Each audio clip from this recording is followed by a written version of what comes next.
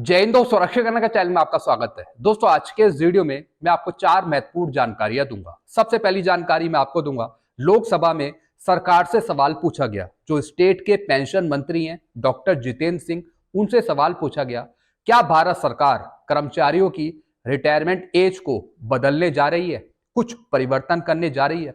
तो इसके बारे में क्या जवाब दिया है, इसकी जानकारी हम आगे लेंगे।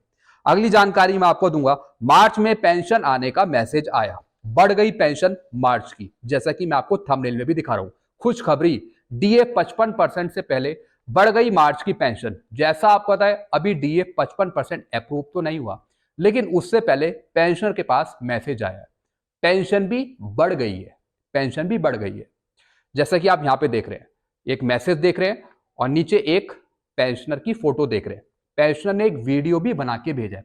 इन्होंने बताया कि मेरी पेंशन बढ़ गई है और कुछ खाते में पैसा आया है। क्या है पूरा मामला, इसकी जानकारी मैं आपको आगे दूंगा और साथ ही साथ एक पेंशनर का वीडियो है, वो भी मैं आपको दिखाऊंगा। अगली जानकारी मैं आपको दूंगा, रिकॉर्ड से आया लेटर एजीआईएफ का पैसा लेने के लिए फैमिली पेंशनर को। जैसा आपको पता है, कुछ दिन पहले मैंने एक वीडियो बनाया था जिसमें मैंने आपको एजीआईएफ का पूरा रूल समझाया था, आर्मी ग्रुप इंश्योरेंस फंड का। तो दोस्तों कुछ पेंशनर ने सीपी ग्राम से कंप्लेंट डाली थी एजीआईएफ का पैसा लेने के लिए। तो दोस्तों रिकॉर्ड से एक लेटर आया है और कुछ रिकॉर्ड ने डॉक्यूमेंट मांगे हैं फैमिली पेंशनर्स से। क्या है पूरे डॉक्यूमेंट, क्या लेटर है एजीआईएफ का, इसकी जानकारी मैं आपको आगे दूंगा। अगली जानकारी मैं आपको दूंगा, ताजा जानकारी नोशनल इंक्रीमेंट पे। रिकॉर्ड कार्रवाई कर रहा है नोशनल इंक्रीमेंट लेने के लिए, लेकिन आपका केस पीओआर में अटक रहा है। जो पे एंड अकाउंट ऑफिस है, वहां से आपका केस लटकाया जा रहा है। तो दोस्तों एक जवाब आया है। हालांकि दोस्तों ये मैंने जानकारी किसी दूसरे यूट्यूब चैनल से ली थी, ये मैं आपको आगे समझाऊंगा नोशनल इंक्रीमेंट पे अभी ताजा स्थिति क्या चल रही है। तो दोस्तों बस यही जानकारी है जो मैं आपको देने वाला हूं, इसलिए इस वीडियो को आप शुरू से लेकर आखिरी तक देखिएगा। वीडियो में आगे बढ़ने से पहले एक छोटी सी अपील मैं आपसे कर रहा हूं, अगर आप पहली बार मेरा चैनल देख रहे हैं या फिर ये वीडियो देख रहे हैं, तो आप मेरा चैनल सब्सक्राइब भी कर सकते हैं, जिसका नाम है रक्षित खन्ना, क्योंकि ऐसी जानकारियां, सही जानकारियां आपको मिलती रहती है इस चैनल के माध्यम से। चलते हैं पहली जानकारी की तरफ। लोकसभा में सरकार से सवाल पूछा गया कि जो कर्मचारी हैं उनकी जो रिटायरमेंट एज है, क्या उसमें परिवर्तन किया जाएगा? तो दोस्तों यहां पर जवाब दिया है पेंशन मंत्री डॉक्टर जितेंद्र सिंह जी ने। उन्होंने साफ क्लियर कर दिया कि जो कर्मचारी हैं उनकी जो सेवानिवृत्ति आयु, रिटायरमेंट एज है, वो 60 साल ही रहेगी। उसको कम करने का प्रावधान सरकार ने लागू नहीं किया और ना ही सरकार की ऐसी योजना है कि जो कर्मचारियों की आयु है, रिटायरमेंट आयु, उसको कम कर दिया जाए। सरकार ने साफ मना कर दिया, यानी जो रिटायरमेंट एज है 60 साल की, वही रहेगी, कम नहीं होगी। यह जवाब दिया है पेंशन मंत्रालय के पेंशन मंत्री जी ने। फिर दोस्तों अगली जानकारी मैं आपको दूंगा, मार्च में पेंशन आने का मैसेज आया। जी हां दोस्तों, एक पेंशनर है जिनका रैंक है ऑनरी नायब सूबेदार। ये रिटायर हुए थे 2007 में। पेंशन इनकी बढ़ गई है, यानी अब इनकी पेंशन मिलेगी एमएससीपी नायब सूबेदार की। इसी का मैसेज आया है कि आपको हम एरियर दे रहे हैं 2007 से लेके और अभी तक का। इनको दोस्तों मिल गई है एमएससीपी नायब सूबेदार की पेंशन लगभग 17 से 18 साल बाद। लगभग 17 से 18 साल बाद इनको एरियर मिला। और कितना मिला? 5,65,054 रुपीज, जैसा कि आप साइड में मैसेज देख रहे हैं। और दोस्तों ये इनका कॉरिजेंटम पीपीओ पूरा जनरेट हो गया। इन पेंशनर ने हमारे थ्रू कार्रवाई करी थी। इन पेंशनर ने मेरा चैनल देखा था, मेरे वीडियोस देखे, उसके बेस पर इन्होंने कार्रवाई करी और लगभग काफी साल बाद, लगभग 17 से 18 साल बाद इनका पूरा एरियर बनाया गया। पूरा एरियर बना लगभग 5,65,054 रुपए का। और एमएससीपी का दोस्तों इनका एरियर है। पहले इनको ऑनरी नायब सूबेदार की पेंशन दी जा रही थी। पहले इनको दी जा रही थी 21,653 11/16 से, फिर हो गई इनकी 24,233 नायब सूबेदार की। दोस्तों डिसेबिलिटी पेंशन के साथ साथ इनकी सर्विस पेंशन भी बढ़ गई है, अब हो गई है 26,825। और रिटायरमेंट ग्रेजुएटी का जो एरियर है डिफरेंस का, वो भी इनको मिलेगा।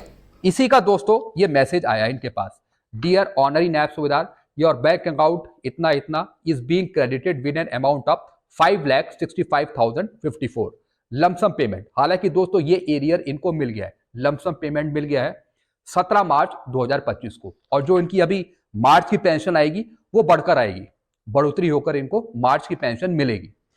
तो दोस्तों इनका एक वीडियो भी है, इन्होंने एक वीडियो शेयर किया है, और दोस्तों आप ये वीडियो सुने जो ये बता रहे हैं।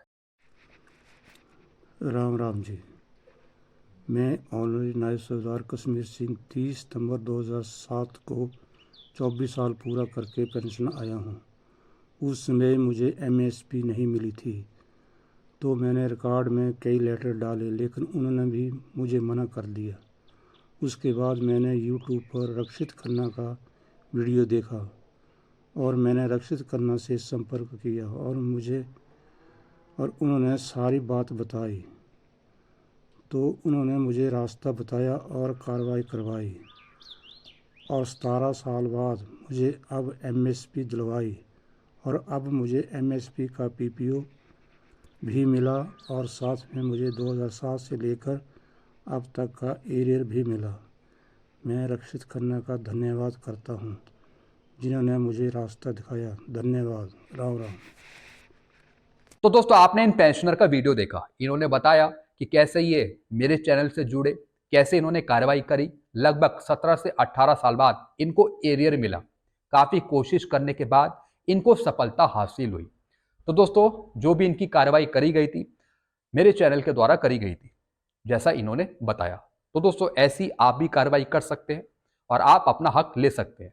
गाइड मैं आपको कर दूंगा, रास्ता मैं आपको बता दूंगा। अगर आप उस रास्ते पे चलते हैं तो आपको आपका हक मिल सकता है, फिर आपका हक देने से आपको कोई नहीं रोक सकता। तो दोस्तों आप भी मेरे चैनल से जुड़ सकते हैं, मेरा चैनल ज्वाइन कर सकते हैं, और मेरा नंबर आप प्राप्त कर सकते हैं, ले सकते हैं। जो भी आपकी दिक्कत होगी वो सब आपकी प्रॉब्लम सॉल्व हो जाएगी, जैसे कि इन पेंशनर की हुई। चलते हैं दोस्तों अगली जानकारी की तरफ। रिकॉर्ड से आया लेटर एजीआईएफ का पैसा लेने के लिए फैमिली पेंशनर को। दोस्तों कुछ दिन पहले मैंने एक वीडियो बनाया था एजीआईएफ का, जिसमें मैंने आपको सारे रूल समझाए थे।